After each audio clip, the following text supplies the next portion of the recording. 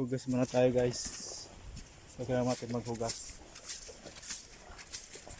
So ito, ginamit ko itong protection sa mata para di tayo maano ng pisikan ito. Yan, no? May mga pisik dyan ng lupa. So yun ang iniwasan ko kasi nakaano sa mata ko eh. Nakakapasok. Pinahirap ng mata ko mag-adjust. Sakit sa mata. Ayan, hugas na tayo.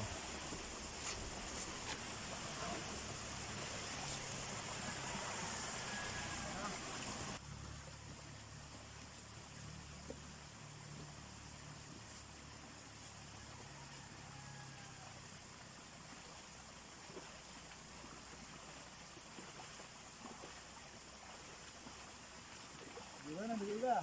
Ha? Parang masyado dugi. May butas eh.